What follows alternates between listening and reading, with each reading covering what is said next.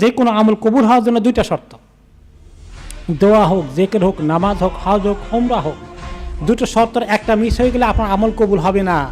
বরঞ্চ কে বলতে পারেন দুটো শর্ত কি?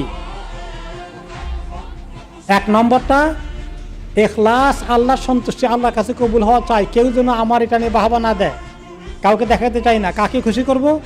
আল্লাহ তাআলাকে। আর দুই নম্বরটা কি? রাসূলুল্লাহ সাল্লাল্লাহু আলাইহি ওয়াসাল্লামের সুন্নত মোতাবেক হচ্ছে কিনা আমার আমলটা।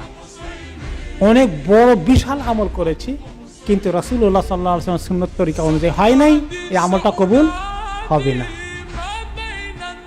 এই কথা খুব ভালো করে মুখস্থ করবেন।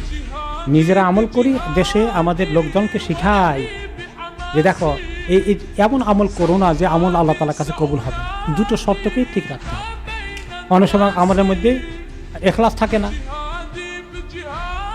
যেমন এক্সাম্পল, যে সিন্নি করবে, বাবা মারা গেছে, লন্ডনের মানুষ যদি 3-4টা গরু জবাই না করে তাহলে তো সবাই সিসি করবে। তো এখন গিয়া অনেকগুলো গরুটা জবাই করে বিরাট জাফত করলো, এই লোকে খুব খুশি হবে, সবাই খুব নাম করবে। তো এক নম্বরে হলো সবাইকে খুশি করা, সবাই নাম কুড়ানো যে এত লন্ডনী সাহেব আসছিলেন, এতগুলো গরু জবাই করেছেন, বাহবা দেবে। ইখলাস থাকলো এখানে, আল্লাহ সন্তুষ্টির পরিবর্তে মানুষকে দেখানোর একটা বড় জাফত করেছে, এটা এসে বললো। আর দুই নম্বর হলো রাসূলুল্লাহ সাল্লাল্লাহু আলাইহি ওয়াসাল্লাম মাইয়িতের জন্য এইভাবে খাওয়াইতে হবে, সিন্নি করতে হবে, কোন হাদিসে বলেছে? কোন হাদিসে বলে? মাইয়িতের জন্য সাদকা করা জায়েজ আছে।